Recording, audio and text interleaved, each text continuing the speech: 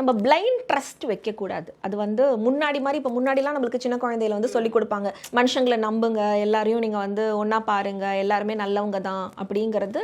அது இன்னைக்குமே ஹியூமன்ஸ் வந்து அதே அந்த மாதிரியான ஹியூமன்ஸ் இன்னைக்கும் இந்த உலகத்தில் தான் இருக்காங்க. எல்லாருமே நம்ம கெட்டவங்கன்னு பொதுப்படையாக நம்ம பண்ணிட முடியாது.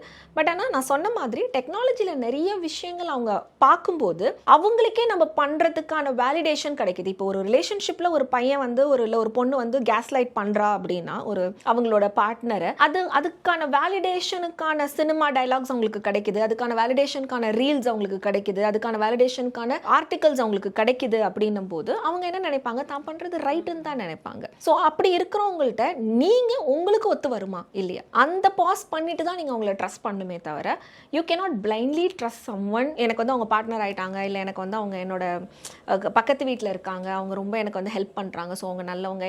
எல்லாருமே ஹியூமனா நல்லவங்க தான். பட் ஆனால் அவங்களுக்கு ஒரு நம்ம பண்ணுறது ரைட்டாக தப்பான்னு யோசிச்சுட்டு இருக்க அந்த டைமில் அவங்களுக்கு ஒரு வேலிடேஷன் கிடைச்சிருது அப்படின்னா அதை ட்ரை பண்ணி பார்க்கலான்னு எல்லாருக்கும் தோன்றதுன்றது இட்ஸ் அ ஹியூமன் மைண்ட். நம்மளுக்கு அந்த கியூரியாசிட்டி உண்டு.